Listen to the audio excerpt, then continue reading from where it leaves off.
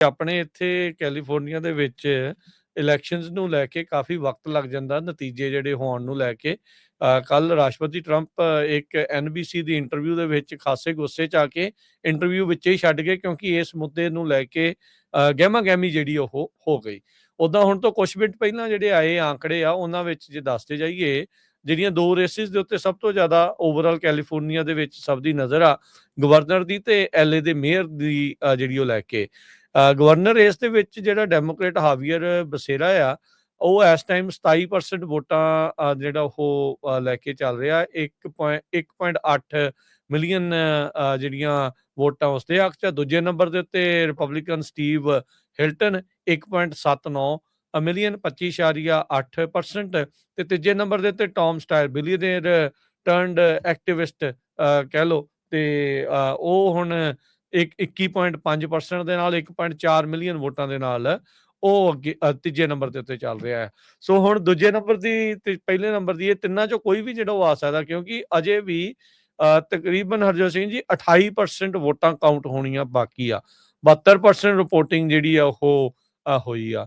ਉਧਰ ਜਿਹੜੀ LA ਦੀ mayor ਦੇ ਵਿੱਚ ਜਿਹੜੀ ਮੌਜੂਦਾ ਉੱਥੋਂ ਦੀ ਹੈਗੀ ਆ ਮੇਅਰ ਕੈਰਨ ਬੈਸ, ਉਹ 2.5 ਲੱਖ ਵੋਟਾਂ ਜਿਹੜੀਆਂ ਲੈ ਚੁੱਕੀ ਆ ਤੇ 34.6% ਆ। ਉਹ ਪਹਿਲੇ ਨੰਬਰ ਤੇ ਚੱਲ ਰਹੀ ਹੈ। ਦੂਜੇ ਨੰਬਰ ਦੇ ਉੱਤੇ ਨਿਥਿਆ ਰਮਨ, ਇਹ ਇੱਕ ਟਾਈਮ ਦੇ ਉੱਤੇ ਪਿਛੜੀ ਸੀਗੀ। ਸਪੈਂਸਰ ਪ੍ਰੈਟ ਜਿਹੜਾ ਰਿਪਬਲਿਕਨ ਪਾਰਟੀ ਵੱਲੋਂ ਸੀ, ਉਹ ਦੂਜੇ ਨੰਬਰ ਦੇ ਉੱਤੇ ਸੀਗਾ। ਇਹਨੇ ਹੁਣ ਸਪੈਂਸਰ ਪ੍ਰੈਟ ਨੂੰ ਪਛਾੜ ਦਿੱਤਾ ਹੈ ਤੇ 3000 ਵੋਟਾਂ ਦੇ ਨਾਲ ਉਸ ਤੋਂ ਅੱਗੇ ਆ।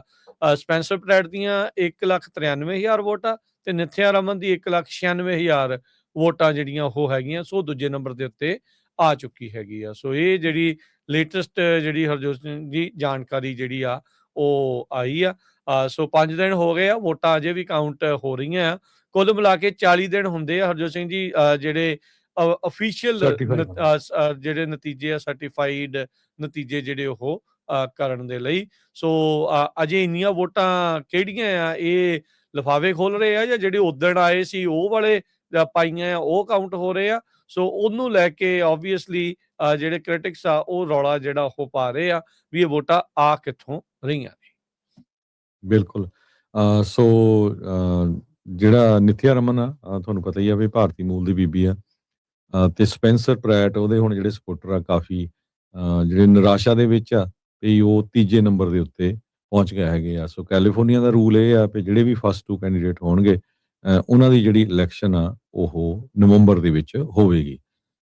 ਕੱਲ ਰਾਤ 10:15 ਤੱਕ ਜਿਹੜੇ 48% ਬੈਲਟ ਕਾਊਂਟ ਹੋਇਆ। ਹੁਣ ਤੁਸੀਂ ਦੇਖ ਲਓ ਵੀ ਕਿੰਨਾ ਸਲੋ ਆ। ਸੋ ਕਈ ਵਾਰੀ ਤਾਂ ਪ੍ਰੈਜ਼ੀਡੈਂਟ ਟਰੰਪ ਬਿਲਕੁਲ ਸਹੀ ਵੀ ਕਹਿੰਦੇ ਆ ਵੀ ਦੇਖੋ ਯਾਰ ਇਲੈਕਸ਼ਨ ਹੁਣ 6 ਜੂਨ ਕਾਦੀ ਹੋਈ ਆ, 2 ਜੂਨ ਦੀ ਹੋਈ ਆ, 6 ਦਿਨ ਹੋ ਗਏ ਆ ਤੇ ਹਜੇ ਤੱਕ ਸਿਰਫ 48% ਬੈਲਟ ਹੀ ਕਾਊਂਟ ਹੋਏ ਹੈਗੇ ਆ। ਵੀ ਅਮਰੀਕਾ ਵਰਗਾ ਮੁਲਕ ਹੋਵੇ ਤੇ ਥਰਡ ਵਰਲਡ ਕੰਟਰੀ ਦੇ ਵਿੱਚ ਕਈ ਵਾਰ ਜਿਹੜਾ ਡਿਸੀਜਨ ਆ ਉਹ ਨੈਕਸਟ ਡੇ ਤੱਕ ਜਿਹੜਾ ਮਿਲ ਜਾਂਦਾ ਹੈਗਾ। ਪਰ ਹਰਜੋਤ ਸਿੰਘ ਜੀ ਇਦਾਂ ਨਾ ਵੀ ਕੈਲੀਫੋਰਨੀਆ 'ਚ ਹੁਣ ਇਹ ਵੀ ਮਹੀਨਾ ਦਿੰਦੇ ਆ ਵੋਟਾਂ ਪਾਉਣ ਨੂੰ। ਜੇ ਉਹ ਪਹਿਲਾਂ ਹੀ ਵੋਟਾਂ ਟੈਬੂਲੇਟ ਕਰਕੇ ਰੱਖ ਲੈਣ, ਫਿਰ ਲੋਕਾਂ ਨੇ ਕਹਿਣਾ ਵੀ ਹੇਰਾਫੇਰੀ ਉਧਰ ਜਿਹੜੀ ਉਹ ਹੋ ਗਈ ਆ। ਇਹ ਹੇਰਾਫੇਰੀ ਹੋ ਰਹੀ ਆ, ਨਹੀਂ ਹੋ ਰਹੀ ਆ, ਇਸ ਨੂੰ ਲੈ ਕੇ ਤਾਂ ਸਵਾਲ ਜਿਹੜੇ ਉਹ ਉੱਠਦੇ ਹੀ ਰਹਿਣੇ ਆ ਜਿੰਨੀ ਦੇਰ ਤੱਕ ਕੈਲੀਫੋਰਨੀਆ ਆਪਣਾ ਐਕਟ ਟੁਗੈਦਰ ਨਹੀਂ ਜਿਹੜਾ ਉਹ ਕਰਦਾ ਇਸ ਦੇ ਵਿੱਚ, ਤਾਂ ਜੋ ਨਤੀਜੇ ਟਾਈਮ ਸਿਰ ਜਿਹੜੇ ਆ ਉਹ ਲੋਕਾਂ ਤੱਕ ਜਿਹੜੇ ਉਹ ਪਹੁੰਚਣ। ਉਹਨੇ ਚਿਰ ਨੂੰ ਤਾਂ ਹਰਜੋਤ ਸਿੰਘ ਜੀ ਇਹ ਵੀ ਨਹੀਂ ਪਤਾ ਲੱਗਦਾ, ਕੈਂਡੀਡੇਟ ਵੀ ਕੋਈ ਹੋਰ ਪਾਸੇ ਨੂੰ ਬੰਦਾ ਤੁਰ ਪੈਂਦਾ ਹੋਣਾ ਵੀ ਚੱਲ ਚਲੀਏ ਹੁਣ ਅਗਲੇ ਪਾਸੇ। ਇਸੇ ਨੂੰ ਪਤਾ ਨਹੀਂ ਕਦੋਂ ਨਤੀਜਾ ਜਿਹੜਾ ਆ ਉਹ ਆਉਣਾ ਆ। ਸੋ ਕਾਫੀ ਜ਼ਿਆਦਾ ਲਮਕ ਰਿਹਾ ਆ ਇਹ ਕੰਮ।